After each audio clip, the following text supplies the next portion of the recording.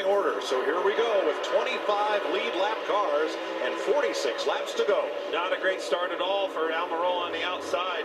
Didn't get a good jump. Gives Denny a shot to move him up the racetrack here and get into second.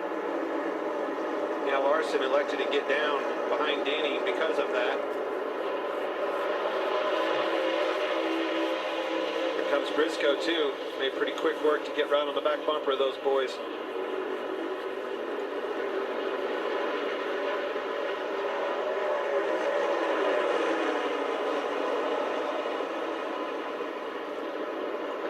I think if you're the guy with used tires, you don't want to be on the outside. You want to try to hug that bottom and protect it.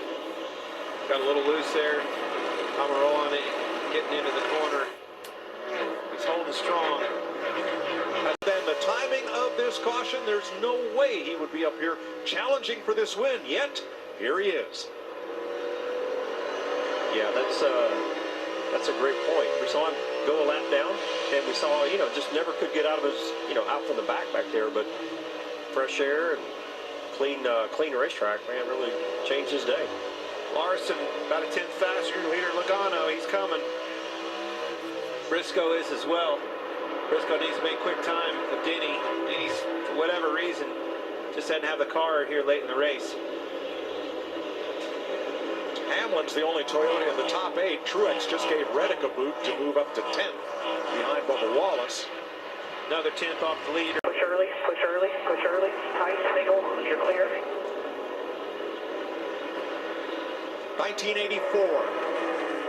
Rick Hendrick's fledgling NASCAR team was all but out of business. Crew Chief Harry Hyde said, the car's ready for Martinsville. The boys want to go. We don't want to close up shop.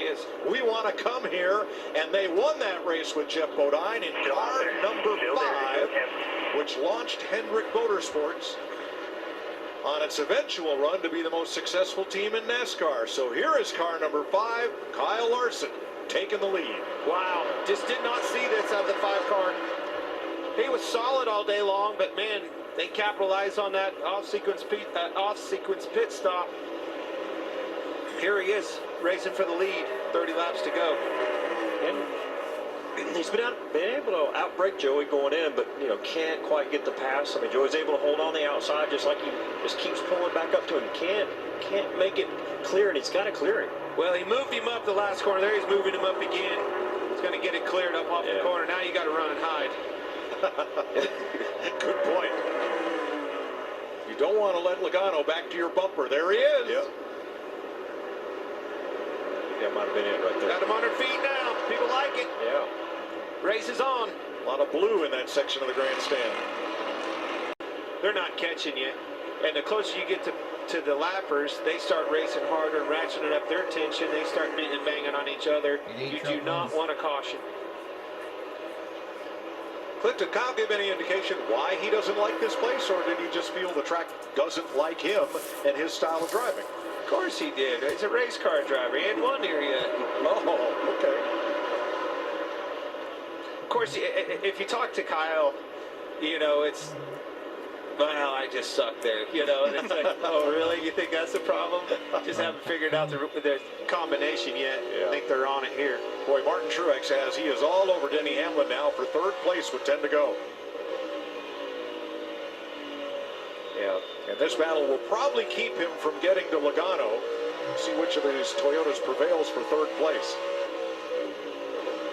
Yeah, Kyle really pulled out to that lead over Logano. Like you said, he needed to make that move, and he did. And he got past him. And if the caution doesn't come out, he should be safe to say that he'll be, good to go. Jamie? Well, it's been interesting watching Martin Truex Jr. They came in pretty optimistic. Remember, he wanted the Coliseum, and it has similar principles, so they thought they were going to be good. They have been extremely loose all day. They finally hit on something on that last stop with air pressure. Remember, he has the 4 tires. He's going forward, guys, and it's hard to believe, Mike, he hasn't finished in the top 5 yet this year. Wow. Perhaps he ends that now. Now, Bobby, you ran the Smart Modified Tour last night at Hickory. Do you guys run by the 3-tap rule? Because Martin's already given him one tap to say I'm here. The second tap is move over, and you know what the third one is. Yeah. Now I don't think we don't do that. I mean we do that, but we might do it in two taps, and you're already out of the groove. So He tapped around the 11, tap dance. Unbelievable, man. Just looking, down the list here, Logano. I mean, we're talking an average running position today of 21st, 22nd, and second place. Truex, you just see passing for third place there. It's like an average running position of 18th. We're running third now. And the other one I want to point out, Stenhouse Jr. running 7th. He was, again, another guy that's averaged around 19th place all day long. Overachieving when the time's right. Taking advantage of these pit cycles and things like that. Strategy. And we saw Chase Elliott move up into the top 10 as Kyle Larson negotiates some traffic. Larry, is there a trend left we haven't hit on? Well, there may be, Mike. We've had 8 Martinsville overtime finishes, including this race 1 year ago. And let me remind you, in 8 races this year, half of them, 4, went to overtime. Okay. All right, Larson rounds off turn number 4. White flag, 1 lap to go. Sponsored by Credit One Bank. Wow. Wow. Bobby. Truex is all over Logano for second. One last ditch effort here at 3 and 4. What a comeback. Kyle Larson continues the Hendrick dominance at Martinsville. How are you doing today? I never thought I would hear. Thank you guys so much. Great pit stop, great execution, great strategy. Great job all around, guys. Joey Logano held off Martin Truex by a car length for second.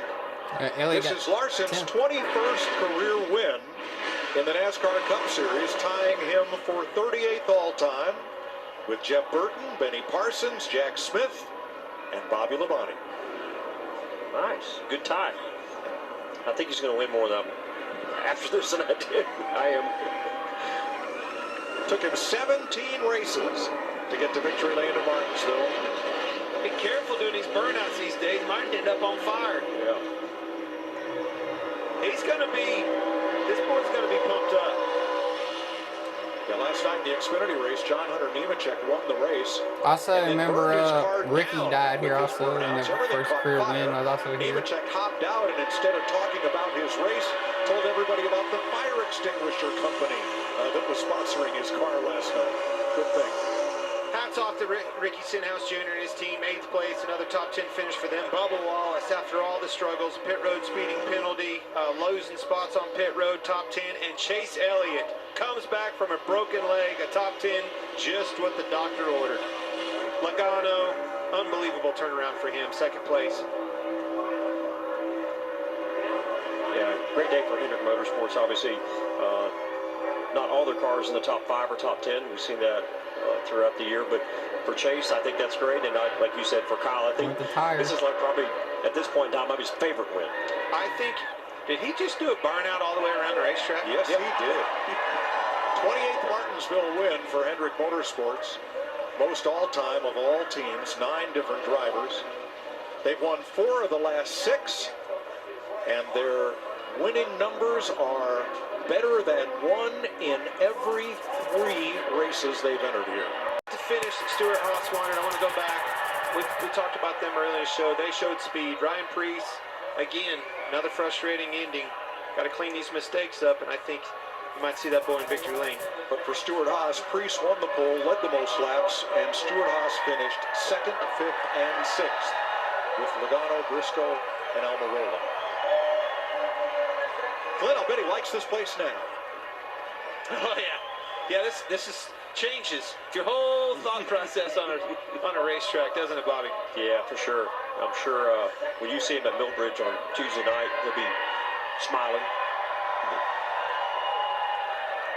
Jamie Little.